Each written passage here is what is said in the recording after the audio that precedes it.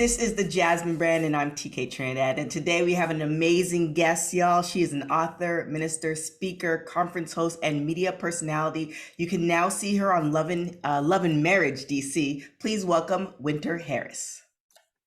How are you? I'm good. How are you doing? I'm doing well. I'm excited. Okay, so y'all, if you haven't watched Love and Marriage DC, you need to watch it because Winter, your storyline, and no offense to the other cast, but your storyline and who you were kind of tightened everything up. I feel like if you weren't there, then the show would be in trouble because people love drama, and you definitely brought the drama. So my first question, because they did ask this in the show, your ex-husband, Kevin, my first question is, you never saw his house before you guys got married. And I know you tried to answer it, but you were cut off quite a few times. So can you answer in the dating process why you never went and saw this man's house? Absolutely. So I think one of the first most important things that I expressed is that we were both practicing abstinence. And so pretty strict abstinence that he actually initiated.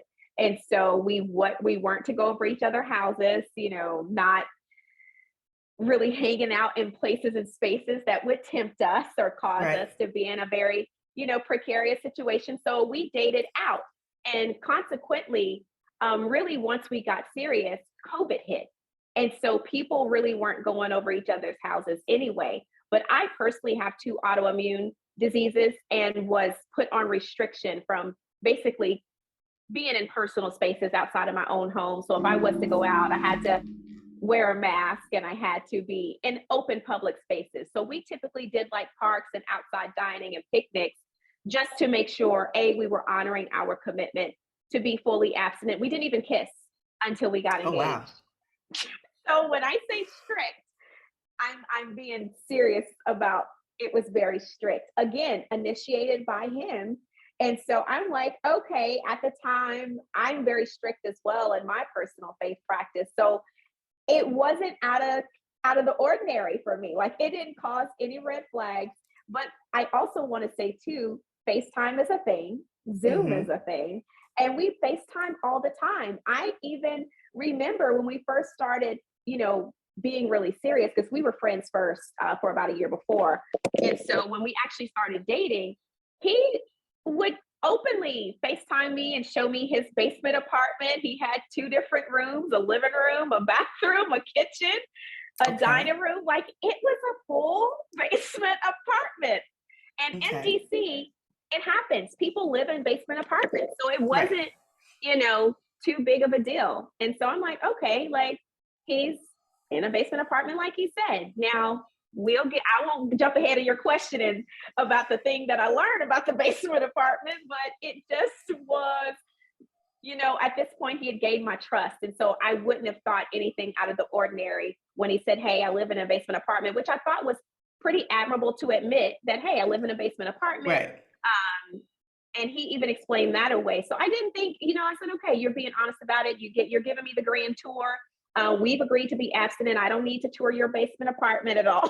But I see it, looks legit. I didn't think anything of it. Now, do you think that he saw this as the direction that you were headed in your spiritual journey and kind of used that in order to not, because I get it. I definitely get it. I think it's hard to remain abstinent and not even kiss. But it also seems like for a man who might be trying to cover certain things, that's the best kind of scenario, especially with you see everything that you're popping, you're doing all your stuff. So it kind of felt like a come up. So do you think that's what his intentions were? Wholeheartedly believe there was some studying that was done. And, hindsight is always 2020. I've had numerous conversations with previous partners, and it was the exact same MO. So there was practice to this, and yes, there's a lot of things you can cover when you're going this route. And when I think about it, how many men this day and age can not kiss? Like that's not that's very far and few between. Mm-hmm. So yeah, I do feel like absolutely there were some methods that were used that made it completely beneficial to him securing me at the end of the day, which was the goal. And yeah, I had a lot to offer. So again, it was a lot of opportunity there if we could go all the way through. And I will say too, there were meetings of the family. I think too, when you also have the support of family backing you up and not kind of Mm-hmm. saying, hey, by the way, do you realize that the basement is my basement? Or, and you realize, hey, he's living in his parents' but that would have been helpful. But honestly, no one ratted him out. And they all knew.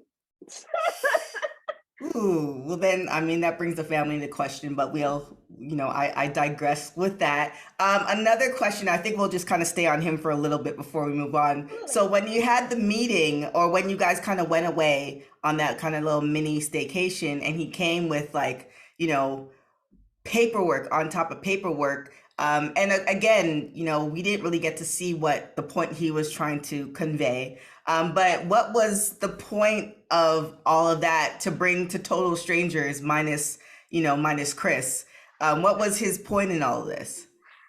So the issue is that he was accused of allegedly embezzling money from his company.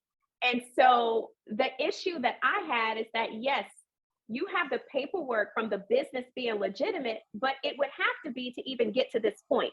And so to me, having all these papers, well, of course you would have them. This was an 18-month, project that had accumulated. It took his, partners 18 months to figure out what was going on. So Mm, the paperwork was legitimate, but still didn't, what do you call, vindicate, if that makes sense. right. So Yeah, it I didn't. think it was more so to kind of maybe deflect and go through the whole, validating that it was a real project and I got God and it wasn't me. Like it's not, how can I say this? It's just not gonna fly when 12 people that are associated with this situation are all saying the same thing against you. You know what I mean? It's almost like when I had to look at the situation, my thought process is 12 people aren't lying.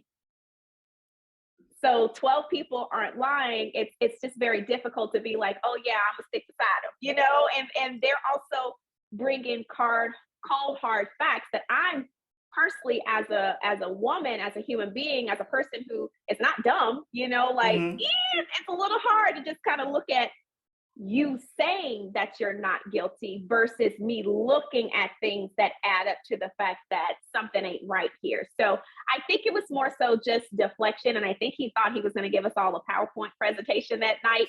And we were just going to sit there for hours and listen to this big, it just, I don't know. I still to this day we have gotten no clear cut answers from that side on just very direct questions.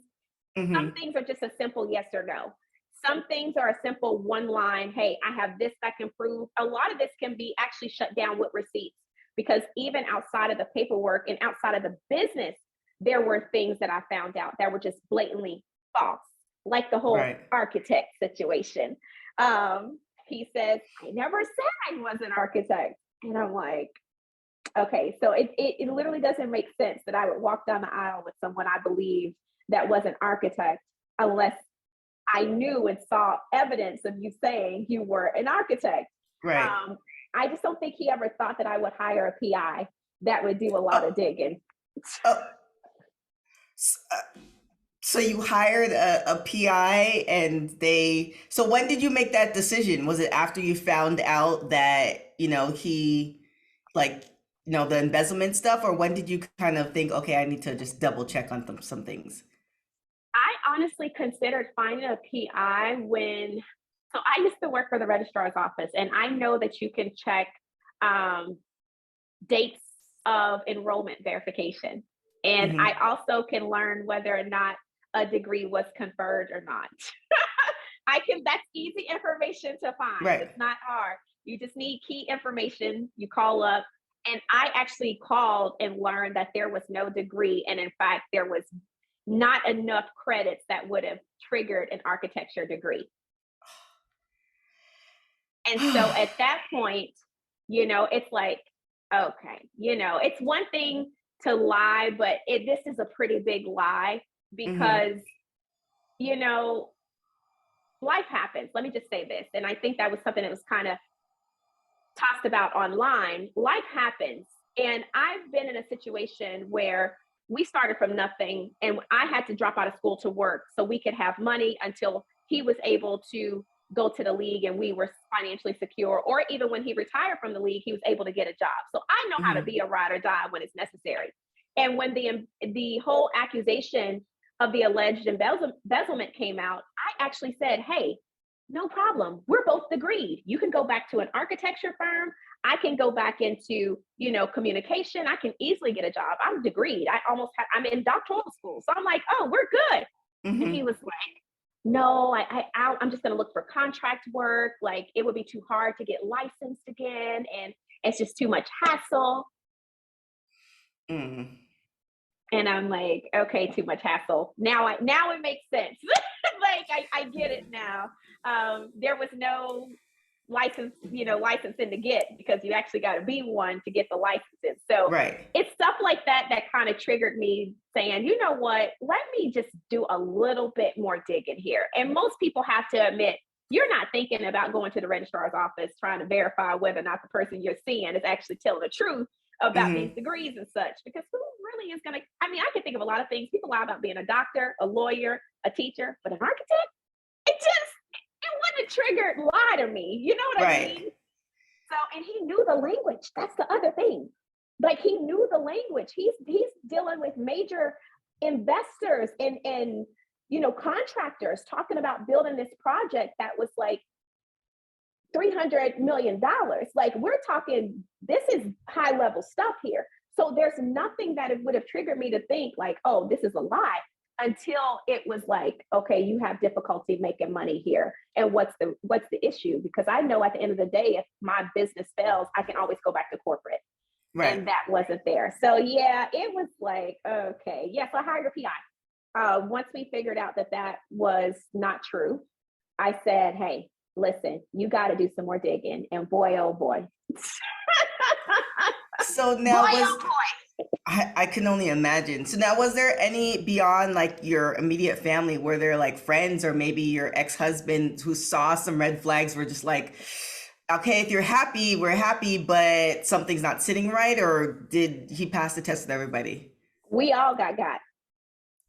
We all got. It was single-handedly like having the collective wind slapped out of every last one of us. And I don't say that lightly. Like you see my mom briefly on the show, and she says, I feel so bad. I don't know if that made her or not, but she said, I agree with this man. Like I stamped my approval, and I would have never knowing all of this. Because again, it's not like we're dealing with a big bad wolf here, right? The presentation was kind. Now, definitely looks much different than what the show gave, because I honestly didn't recognize him on the show. He looks very different from even what we remember. Like we're all actually shocked, but she was like, I just would have never, I could have never planned for this. Like this is the craziest thing. So no, we all were shocked. I would say collectively in the intermediate group, there's about 25 of us that are actually having to deal with the reality that we all kind of got suckered into something that was false. Okay. So, and so I'm assuming he has officially signed the papers. So that was, that took forever. We honestly, this is why the song came up and why I turned it into a full single, because people don't understand the frustration of wanting to move on from something that isn't going anywhere, and the other person hasn't accepted the end of the relationship and they're just drawing the process out for no reason. And we didn't have anything joint, no kids, thank God, no property, no nothing, and it was just the drag out. and I was just exhausted. So finally, and I want to say April, he finally agreed and agreed and signed back to my complaint, because he wasn't even responding for quite some time to my complaint for the divorce. And even still, I think it was, we laughed so hard. Even still, he would not agree to the fact that there was no hope for reconciliation. Okay. All right. Well, Yeah. congratulations. It's over. Do you have any type of like after? Because sometimes I'm giving him an excuse, but we'll see where this goes. Sometimes when people like, it's officially over and they can officially see the light. Like, do you have any communication with him at all, or it's just like, I have Oh, no desire and I am good. hell no. I literally, he's been honestly blocked for almost a year. Like, as soon as I realized that I was dealing with the level of deceit and just foolishness, I literally blocked everything.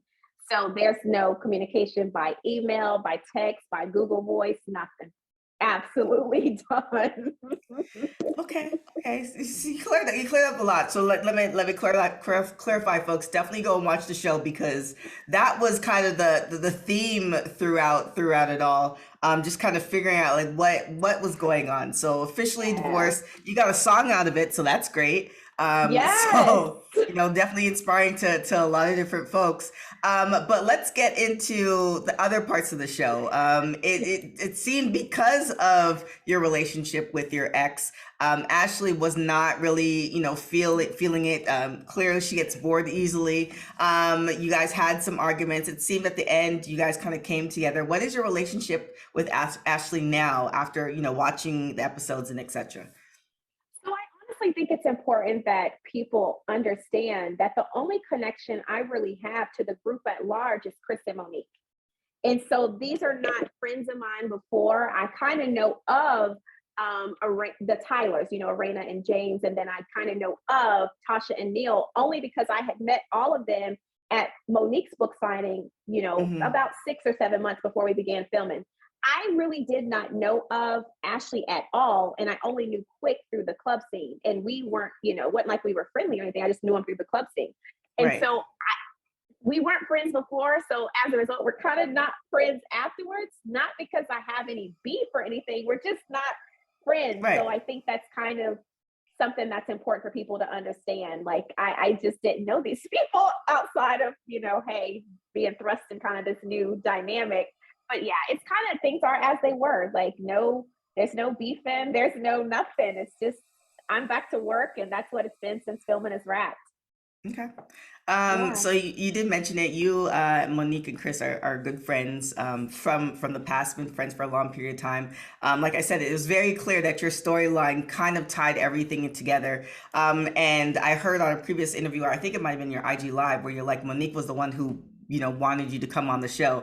After filming and dealing with all the drama, do you joke with Monique like, this is something I really didn't need in my life, or did you agree to help her out to make sure the show was cohesive, or what was that conversation like? And so let me just say too, like, Monique and I are like, I've known her and Chris for about 15 years. And on a social level, it wasn't like we were going to have drinks and clubbing and partying together. Like, we know each other through the NFL, sisterhood and brotherhood, because it is what it Hmm. is, a very unique kind of dynamic to have. So when we actually reconnected, it was more so like on the mompreneur tip, like, hey, I'll support your business, you support mine. I've been on her podcast and things of that nature. So the crazy thing, and this is kind of, you just have to charge it up to, man, God works in mysterious ways, right? It is important for the audience to know that Chris and Monique knew my ex-husband separately from me around about the same time I met them about 15 years ago. So they went to church with him and knew him. Mm. Wow. Yes. And so fast forward all these years, he and I pop up married. She messaged me and was like, oh my God, I know him. He was a minister at my church. And I'm like, oh, okay. Wait, he was a minister too? Wow. Okay. Yeah. He was a minister. He was married at the time to his first wife. And I'm wife number 3 or ex-wife number 3.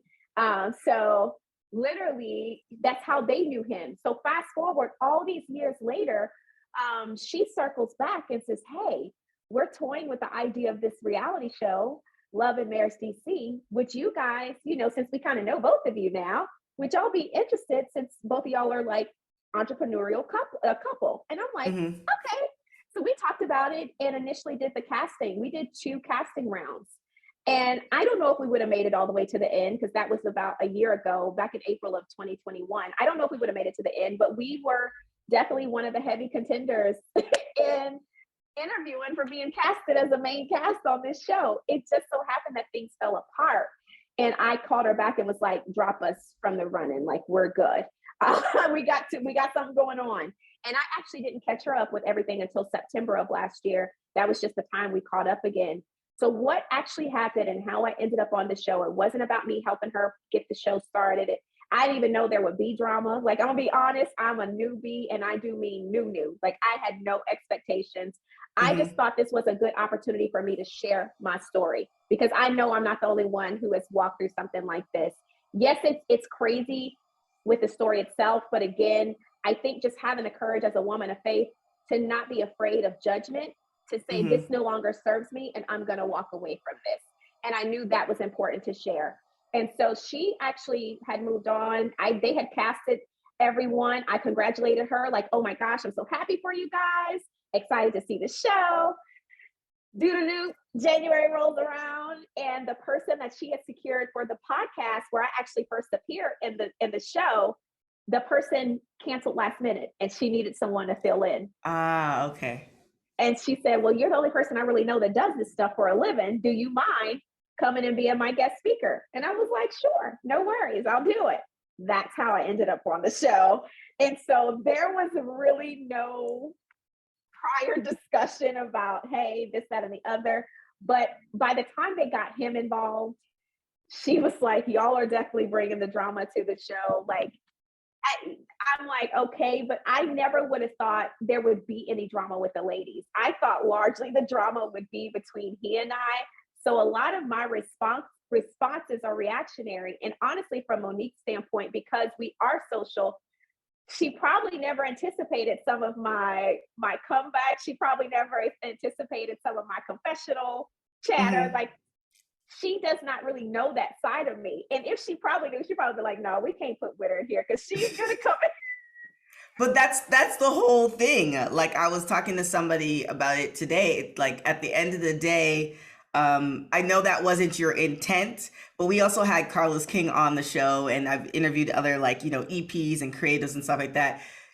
People's personalities. That's what makes television. So even though Monique might not have seen it, somebody knew something was afoot because it was just kind of like just the way Ashley is.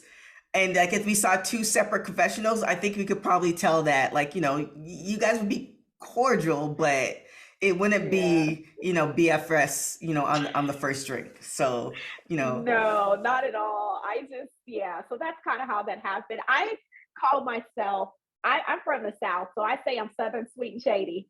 It's all of those. Like, I am a very sassy person by nature, and I just very quick-witted. So even like some of the one-liners and then even the nicknames, mm-hmm. it's so me. It's off the cuff. It's like people were like, "Oh, she must have practiced that." Like, even Monique, in the scene, she was laughing because she's probably thinking to herself, like, "Where is she getting this stuff from?" Like, it was just one of those things where I think a lot of people just really kind of got to know who I am. And the sad part is that, it's reality TV. People will take it however they take it, but I really mean no harm. I'm just talking because this is how I am. Like, Right. I get it honestly. My mom is the same. My grandmother was the same, like very quick witted. And boy, my grandmother was a cusser though. So I feel like she would have been a hoot to actually, maybe bounce some things off of her. But she would have been like, "Honey, you need to cuss them people out." But I never did that. I And never that did that that. is You definitely stayed true to who you were. And now another really Yes. great moment that you and Monique had, which I feel like a lot of Black women deal with, is, checking on your strong friends. And, I really felt that, like, it's through the pandemic, the rise of Black women having businesses has increased a lot. You seeing, Black women step into the political stage, all that other stuff.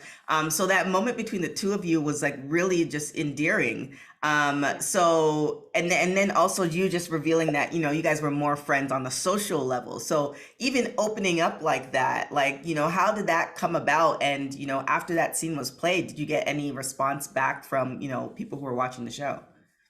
Absolutely. That was actually a pretty powerful scene, I think, for a lot of women, because especially for Black professional women, more specifically, even entrepreneurs, like I'm both. I've been professional and I've been a full time entrepreneur for going on 3 years now. We carry a lot and we hide a lot.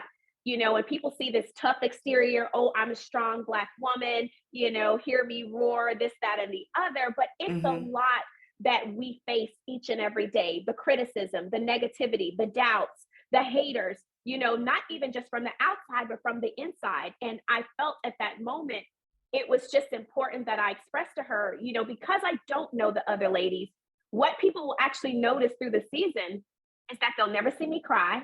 They'll never see me crack. They'll never Mm-hmm. see me break down. I don't have any of those moments with any of the ladies at any point in time until I actually speak with the person I'm the closest to.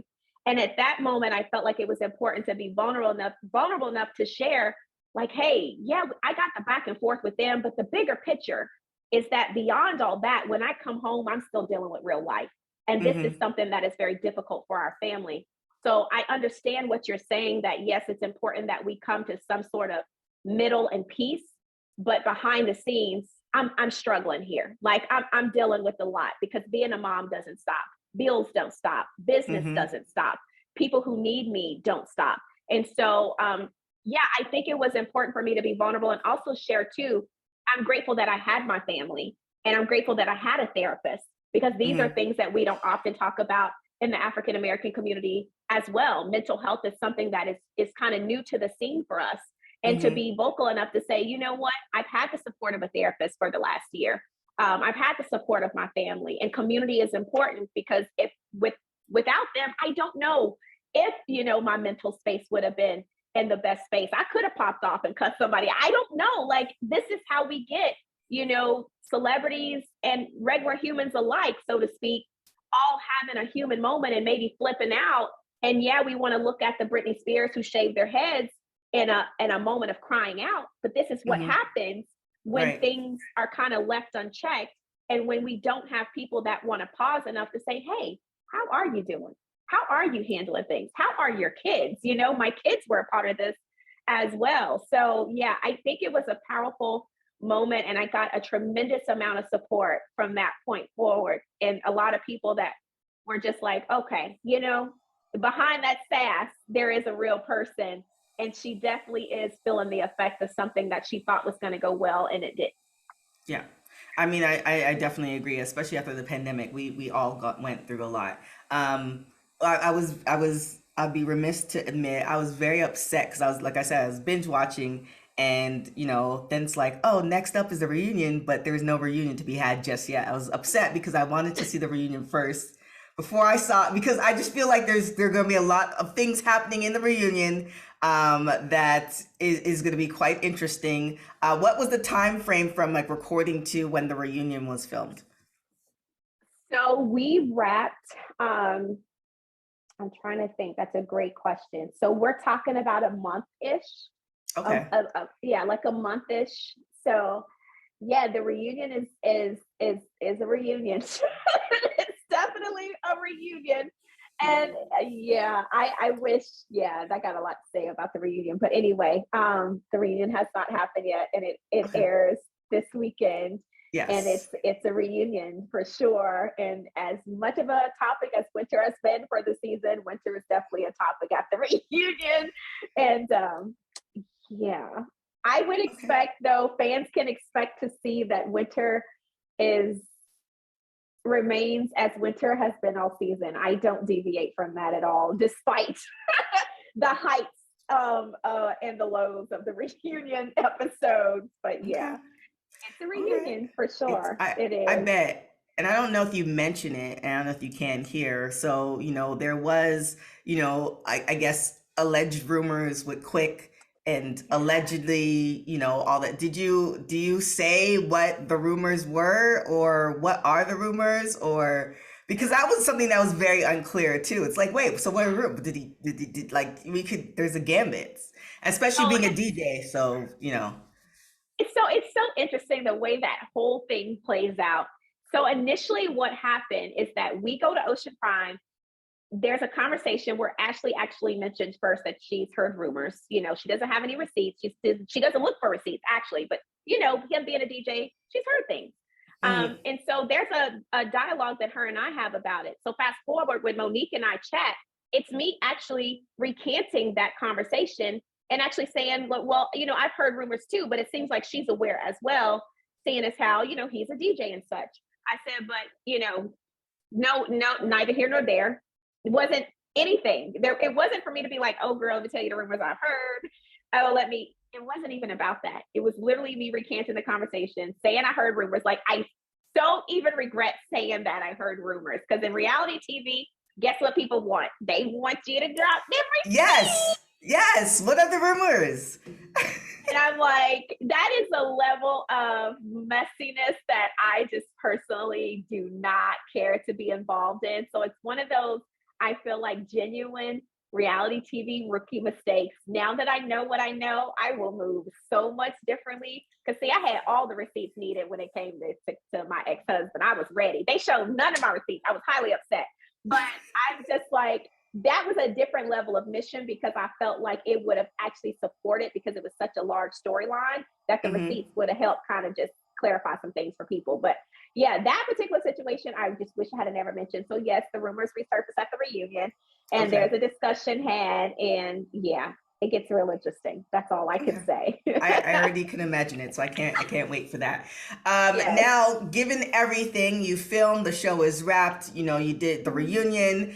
You're now seeing yourself portrayed because I'm sure there's way more tape, obviously, than Oh, what we yes. see. What is your overall, perception of how they made you on the show? Well, I wish someone had informed me that it would have that the goal maybe in some instances was to make me out to be the villain. I was like, how slay? I'm not. I could have leaned into that a little bit more if I was going to be made the villain, but I just, I'm like, okay. So that was shocking to me when people started saying, like, I remember going to our premiere and one of the reporters was like, oh my gosh, you seem so sweet. You don't look like the villain at all. And I was like, wait, what? What? Excuse me? What are you talking about? So that was very shocking that I was quote unquote supposed to be the villain. And I'm like, wow, that's news to me. So I think you can't control how they portray you. You know that when you sign off on your contract that you give them free reign to, Hmm. portray you as they desire. So that was a little interesting. But other than that, I'm kind of good with it. I don't like there's a moment I think you see in the episode where my mental health is questioned Hmm. in one scene. That was the one thing because I'm like, listen, we all go through ups and downs. Let's not throw people in the crazy bucket because they're going through a hard time.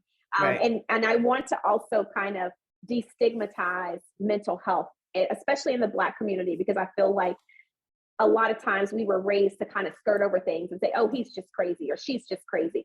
And no, mental health is real. Difficulties are real. Stress is real. Circumstances are real. Let's not be so quick to just dismiss something as crazy strictly because a person is going through a very difficult season emotionally or mentally. So that was the one thing. The whole crazy part was crazy. Shaving my head. I'm like, y'all, my head been shaved for 5 years. That's not new. Last time I saw most of y'all, my head was shaved then. This ain't something that popped off because this went down. So yeah, it was interesting. As the season progressed, it was easier to watch the episodes. I'm gonna be honest. The first like 3 to 5, I skimmed.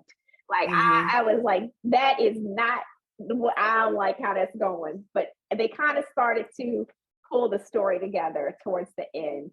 And I was like, okay, this is getting better. And people are starting to kind of figure out that this is a real life situation that I'm navigating. And I do think the episode with my kids kind of helped shift that a bit.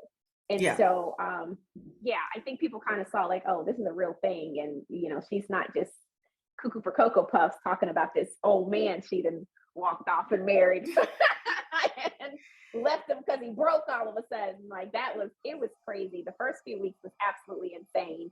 And social media is not kind. So No. you're dealing with assumptions and opinions and storylines, and yeah, that's been crazy, but it's gotten better, and I'm grateful for that. So yeah, it's been an interesting experience. I would have never thought that I would end up in reality TV. Kind of happened by fluke, but I don't know. It's one of those things that weirdly, as much as it's new for me, kind of suits my personality a bit in a lot of different ways. So it was a good experience for me, and I felt like the entertainment company and the production was very supportive of me personally as a person filming while actually navigating real life. Yeah, it was definitely, like I said, I don't know what it would have been like if your storyline wasn't there to weave it through.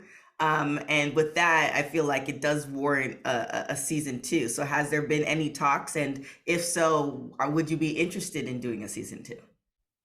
There's been no talks of I believe there has been a discussion to move forward in the season two with the franchise. I believe season two is coming.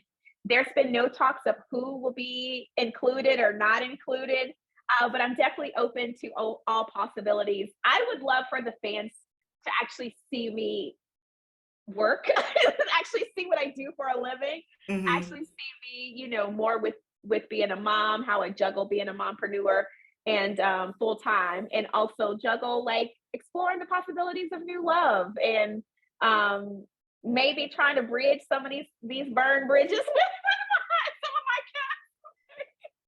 some Oy vey.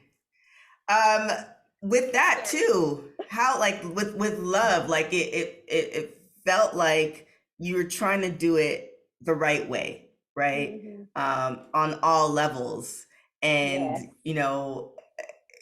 and you might see people do it the opposite way, and they're like beyond happy. So with that all being said, like what is your outlook on love and relationships and all that stuff? That is a fabulous question. And I think probably the question of the year a lot of people have for me. Has it changed how I view love and relationships from the perspective that I came into this last relationship? Absolutely. I mean, you don't go through something like this and it not shake up your perspective and your perception on how you may have viewed some things. I totally hate the whole spiritual kingdom spouse narrative, like absolutely hate it. And I feel like being sold on that is what led to me kind of falling hook, line, and sinker into this Mm, foolishness that I just got out of, because it also creates a false narrative that we buy into that in a lot of ways eradicates our common sense. We're yeah. so focused on checking off all these spiritual check boxes that we're missing the common sense check boxes. And it's very easy for a person to pretend and portray when they honestly know the role that they need to be playing. It's Right. very easy. And so I think totally differently now. I think it would be interesting to reveal those revelations in a season two. There's a lot that has changed in my life, but not in a way that it has destroyed my faith. I think it's the result of dealing with humanity and just Hmm. learning to not be so naive and wearing these, faith-based rose-colored glasses that doesn't allow for us to see the world and live in color. And you have Yeah. to these days. The world is much different now.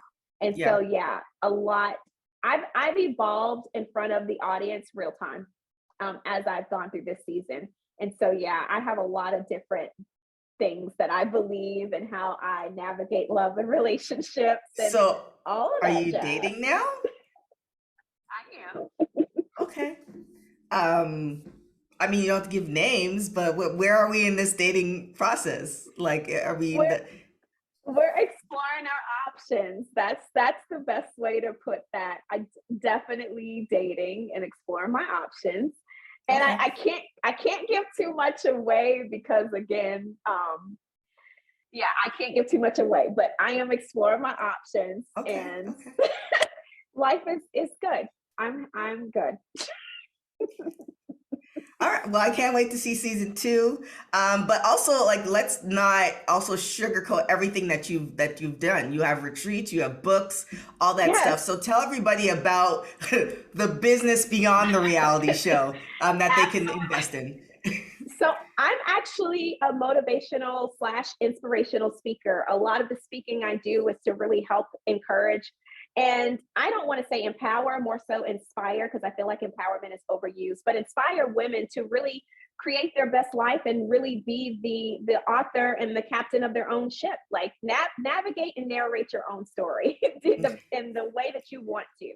And Hmm. so I do a lot of retreats and events that focus primarily around healing and moving forward. Because again, there's no sense in wallowing in your heartbreak. At some point, you got to get that bounce back game up. And so Hmm. we do a lot of healing retreats. I just got done hosting my first international luxury retreat for women of all walks of life. We had every race you could think of in Nice. Mexico, and it was incredible. It was 4 days of pure bliss, like just incredible. So we are actually working to grow that and to give not just African American women, but women that really work hard and need a break, a true luxurious experience, and really give them the opportunity to see the world in case a lot of them haven't traveled outside of the States before. A lot of the women that came with us this time had never traveled abroad. And so it was an Mm. incredible experience to give them. I host retreats, not locally, locally, but domestically is what I can say because they're held all over the country. But domestically, so we do a lot of the healing retreats, a lot of conferences. I have one coming up in October and December. So I'm just excited. I've written 8 books. I don't publicize them like I should. One I would love to turn into a show. It's called Divorce to the City, but I feel like I'm living that real time, and it's just an incredible. It's actually my dating diary post divorce turned into a book, and it's a funny, hilarious kind of diary of what I've experienced. I got to add to it now based off of this experience. But anyway, so I'm working on my 9th book now, and I'm excited. Hopefully, I can have that released in the fall. And so, outside of that, I do run a mentorship community for women. And we run that monthly. We have monthly live coaching sessions. And really, I find that what you guys witness on the show with me kind of expressing the lack of support that I felt kind of from, my friends, you guys kind of get to see me do that for other women because I realize that it's very difficult for women that carry a lot, navigate a lot, and are responsible for a lot. It's really difficult for them to reach out and find support in a safe place where they can actually let go and release some of the things that they may be carrying. So that's where the Queen's Table was birthed. And so it's a mentorship community to support women from all walks of life that are walking through life. And so I'm excited about that. We bring in mental health specialists and brand strategists and stylists to really help the woman, work on herself as a woman so that she can put her best self forward from the inside out. Boom, there it is. That's amazing. So tell everybody how they can find all this stuff, how they can find you, maybe also where they can keep up with your love life and your stories and stuff like that. So let everybody know. Yes, you can actually keep up with me going to my website, simplywinter.com, and then follow me on all social media. I'm on Twitter vaguely because it's the devil lives there. That's what I call Twitter. The devil lives over there. So I'm on Twitter, Facebook, TikTok, Instagram. Simply Winter is my handle. YouTube, Simply Winter. I do a lot of lifestyle videos, and I actually go live quite a bit. So I actually like to connect and interact with my audience. So people ask me all sorts of questions and I answer everything, but I kind of develop a real family type connection, and that's the Southern person in me. So definitely follow me on all social media and online, and go download Sign My Papers. It is a dope song that we just released on all not social, well, you can get it on social media, but on all streaming platforms. Believe it or not, despite the song actually coming out of a space where I was just done, I call it the done anthem. Mm-hmm. It really resonates, I find, with people who are really reclaiming their time and making the decision to say, hey, this no longer serves me. I'm moving forward. Go ahead and give us free so we can move on and live our best life. And so it actually turned into a really dope single. I'm proud of it. The producers were amazing on this track. And so go download Sign My Papers. It has an old R&B vibe to it. So Yes. definitely go download it and listen to it. It's fun, it's good, it's catchy. So I'm excited. It's just a lot of dope things happening, and I'm really proud of myself for navigating this season of reality TV as a newcomer. Yes, you made it through reality TV, you made it through the divorce, and you are beautiful and smiling. And I mean, that's the only thing we can ask for. So thank you so much. Yeah, like the growth in the art. I honestly, the show would not have, come together without you. So it was meant to I be and appreciate to see that. your journey. And I look forward to seeing so much more. And especially that, I don't know, me being nosy watching reality. I want to see that love life. Like I want to see who, People are peaking right now. People are yeah. trying to put two and two together. But yeah, I think it would be interesting to see people or give people the opportunity to see me move forward. I think that would be really nice departure from season one and just, move on. So I'm Yes. excited. It's great. And let me just say, for the record, it's important for people to know that I have not been living with this man for a year. Like that's something else that people don't know. People think that we've been navigating this, still living together, and I done had a whole Oh, husband in the back. I'm like, no, no, no. We've been good and living apart for over a year now. So it is time for me to move forward, and I'm excited yeah, about because it. then he moved back to his mom's basement or something. Okay, yeah, that's what I thought. That's what I thought I heard. Yeah. Well, I Mhm. mean, hopefully he learned too, but we're more about you. So thank you so much for hopping on. We're so happy for you. And yeah, like I said, I can't wait to see the next chapters. Yes, yes. Thank you. No problem.